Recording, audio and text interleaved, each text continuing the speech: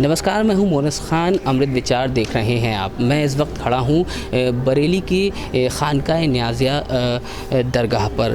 ये ऐसी खानकाह है जहां से हमेशा जो अमन और चैन का संदेश दिया गया है। आज खानकाह न्याज़िया में जो हाज़िरी के लिए एक ऐसी शख्सियत आई है जिन्होंने संगीत के माध्यम से हमेशा यही मैसेज देने का प्रयास किया। मैं बात कर रहा हूं तबला वादक उस्ताद अकरम ख़ान साहब की। अकरम साहब, बहुत बहुत स्वागत है आपका। जी, आदाब। सर, सबसे पहले तो बताइए, जैसा कि सब पता है हम लोगों को कि ये जो दरगाह है यहाँ से हमेशा एक सामाजिक समरसता का संदेश हमेशा दिया गया है। आप खानकाह में आते रहते हैं, आज क्या मकसद है आने का? सबसे पहले तो मैं शुक्रगुज़ार हूँ आप लोगों का, अमृत विचार वालों का। और दूसरी बात ये कि खानकाह से मैं पिछले 30 साल से जुड़ा हुआ हूँ। और जुड़ा क्या, मैं खादिम हूँ यहाँ का। मेरी खुशकिस्मती है कि मैं ऐसे बुज़ुर्गों से जुड़ा हुआ हूँ। आज जो मेरा यहाँ आने का मकसद था, तो हम लोग तो वैसे आते ही रहते हैं खिदमत के लिए, लेकिन क्योंकि बीच में क़िबला हसनी मियाँ साहब का यहाँ पर्दा फरमा गए हैं वो, तो पहले भी आया था मैं, लेकिन आज आने का मकसद ये भी है कि यहाँ थोड़ी खिदमत की जाए आके। मैं अपने संगीत के माध्यम से तो आज नहीं हाज़िर हुआ हूँ, और वैसे दूसरी तरह से हाज़िर हुआ हूँ।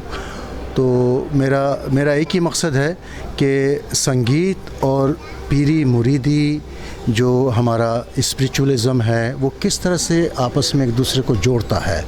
दूर रहने के बाद भी हम लोग एक दूसरे से जुड़े रहते हैं, क्योंकि हमारा जो संगीत है और जो हमारी गुरु भक्ति है, पीर और मुरीद का जो रिश्ता है, ये हम लोगों को एक दूसरे से जोड़ के रखता है। मैं यही चाहूँगा सब लोगों से कि संगीत से जुड़ें और स्पिरिचुअलिज़म से जुड़ें, भक्ति से जुड़ें, ताकि वो आपस में एक दूसरे की ख़बर रखें, प्यार मोहब्बत बना रहे। और जिस तरह से माहौल चल रहा है, इसको नज़रअंदाज करके अगर आप लोग आपस में भाईचारा रखेंगे तो ज़िंदगी अच्छी भी चलेगी और बहुत सुकून रहेगा इसमें। सर, जैसा आपने बताया कि लोगों को जो अध्यात्म है उससे जुड़ने की ज़रूरत है, तो ऐसे में मौजूदा जो वक्त है बड़ी भागम भाग का है। ऐसे में अब जब हमारी आपसे बात हो रही थी इससे पहले, तो आपने तब भी कहा कि जो युवा हैं उनको जो थोड़ा समय कम से कम संगीत को देना ज़रूरी है। ये बात जो आपने कही, तो इसका मतलब जो युवाओं को है वो कैसे निकालना चाहिए, क्योंकि ये जो पूरी भागम भाग की लाइफ है उसमें संगीत किस तरह से उनके लिए कारगर साबित हो सकता है? देखिए, मैं आपको एक चीज़ बताऊं कि आज हम सब जितने भी लोग हैं सुकून को तलाश कर रहे हैं। और हमारा जो संगीत है ना, वो सिर्फ एंटरटेनमेंट नहीं है, वो उसमें मतलब सिर्फ आपको एंटरटेनमेंट ही नहीं उसमें है, बल्कि इसमें स्पिरिचुअलिटी भी है और ये आध्यात्मिक भी है। तो अगर आप इससे जुड़े हुए होंगे और आप किसी भी जिस भी धर्म को आप मानते हैं, वो अपने धर्म गुरु के पास में आप जाएं, उनसे ज्ञान लें, शिक्षा लें, थोड़ा वक्त उनके साथ में दें और संगीत, शास्त्रीय संगीत से जुड़ें, क्योंकि शास्त्रीय संगीत में आध्यात्मिक भी बहुत है और इसमें सुकून भी बहुत है।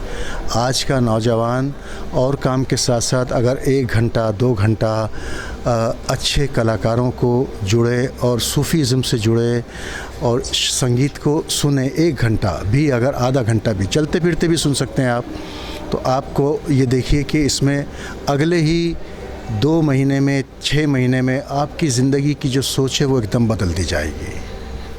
सर, एक चीज़ और है, धर्म, अध्यात्म और संगीत, ये तीनों चीज़ें एक साथ आप किस तरह देखते हैं? ये तो तीनों ही तो आपस में जुड़ी हुई हैं। संगीत से आध्यात्मिक संगीत है और धर्म है, और जो हमारा जो संगीत है वो तीनों तो एक साथ जुड़े हुए हैं।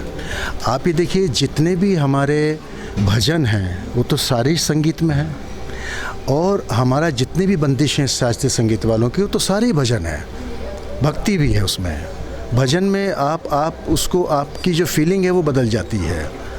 तो जितना भी हमारा शास्त्रीय संगीत है वो तो सारा ही तो भक्ति भाव का है, और अगर आप उससे जुड़ेंगे तो आप बिना चाहे हुए भी, और इबादत तो हो ही रही है आपकी, क्योंकि जब आप उस भाव से संगीत को करेंगे तो उसमें आपकी इबादत भी हो रही है। लेकिन सर एक चीज़ ये भी है कि कई बार देखा गया है कि लोगों को धर्म और अध्यात्म, इन दोनों का फ़र्क कह लें या फिर ये दोनों एक दूसरे को कैसे जोड़ती हैं, ये जो है समझाने की एक बार कोशिश ज़रूर कीजिए। नहीं, ये मैं आपको बताऊं, अगर जो युवा पीढ़ी है या जो हमारे लोग हैं वो थोड़ा सा संगीत से जुड़ जाएंगे तो ऑटोमेटिकली वो धर्म से भी जुड़ जाएंगे, ऑटोमेटिकली वो आध्यात्मिक चीज़ों से भी जुड़ जाएंगे।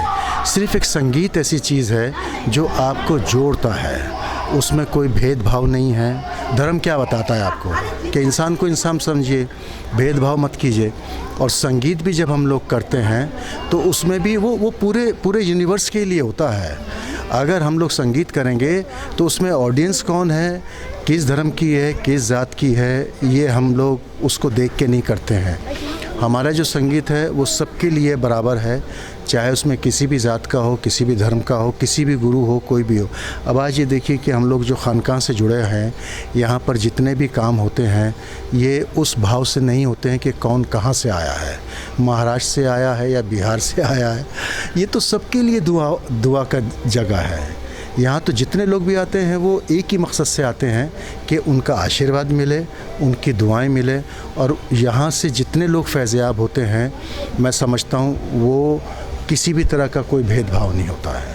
तो अगर पीरों से और संगीत से जुड़े रहेंगे तो ख़ुद ब खुद ही इबादत आदमी शुरू कर देगा, ख़ुद ब खुद ही धर्म से जुड़ जाएगा, समझाने की ज़रूरत ही नहीं है। तो बहुत बहुत शुक्रिया अकरम साहब आपका हमारे साथ जुड़ने के लिए। विचार का भी बहुत शुक्रगुज़ार हूँ कि उन्होंने मुझे इस काबिल समझा और यहाँ खानकाह में मेरी आप लोगों से मुलाकात हुई। मेरी आप लोगों को सबको बहुत दुआएं और बेस्ट विशेज़ हैं। धन्यवाद।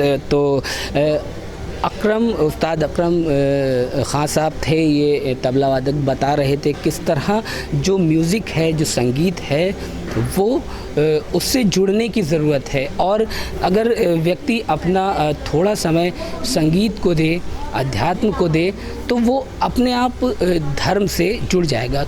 उन्होंने बिल्कुल साफ बात कही कि संगीत की कोई भाषा नहीं होती, कोई पंथ नहीं होता, कोई मज़हब नहीं होता। इसलिए मौजूदा वक्त में देश की, विश्व की सामाजिक समरसता और जो इस भागम भाग ज़िंदगी में पुरसुकून जो मौके हैं उनको तलाशने के लिए कम से कम थोड़ा समय संगीत को, युवाओं को देना ज़रूरी है।